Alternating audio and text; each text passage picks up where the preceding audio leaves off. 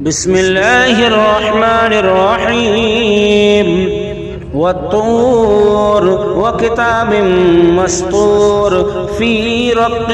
منشور والبيت المعمور والسقف المرفوع والبحر المسجور إن عذاب ربك لواقع ما له من دافع يوم تمور السماء مورا وتسير الجبال سيرا فويل يومئذ للمكذبين الذين هم في خوض يلعبون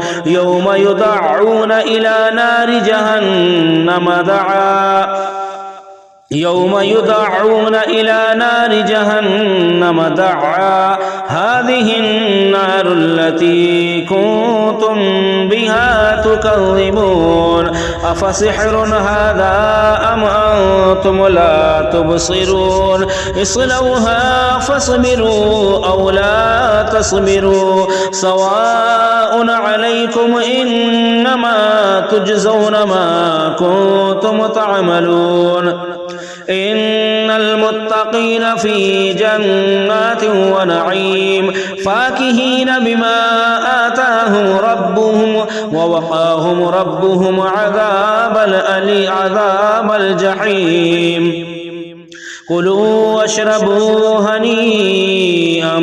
بما كنتم تعملون متكئين على سرر مصفوفة وزوجناهم بحور عين والذين آمنوا واتبعتهم ذريتهم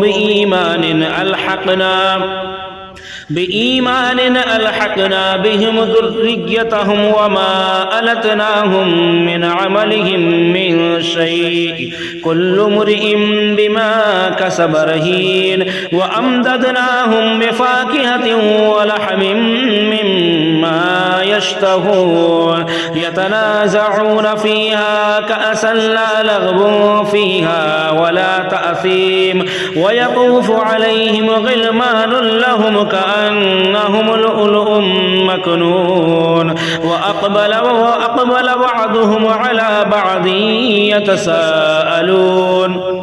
وأقبل بعضهم على بعض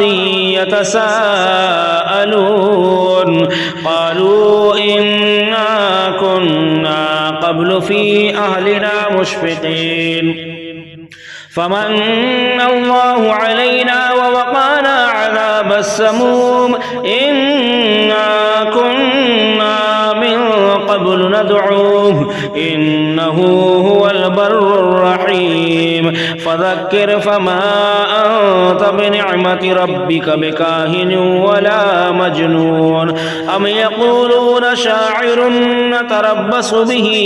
ريب المنون قل تربصوا فإني معكم من المتربصين قل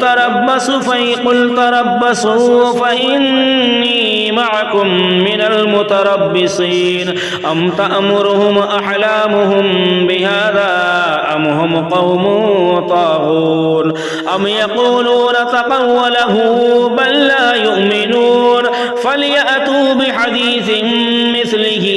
إن كانوا صادقين أم خلقوا من غير شيء أم هم الخالقون أم خلقوا السماوات والأرض بل لا يوقنون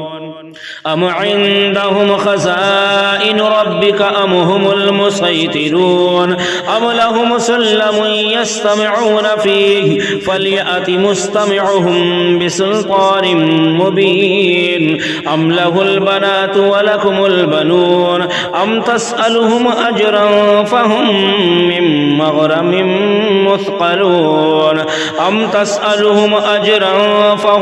من مغرم مثقلون أم عندهم الغيب فهم يكتبون أم يريدون كيدا فالذين كفروا هم المكيدون أم لهم إله غير الله سبحان الله عما يشركون وإن يروا كسفا من السماء ساقطا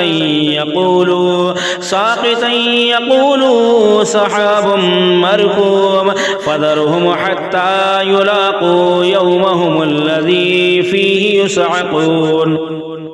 يوم لا يغني عنهم كيدهم شيئا ولا هم ينصرون وإن للذين ظلموا عذابا دون ذلك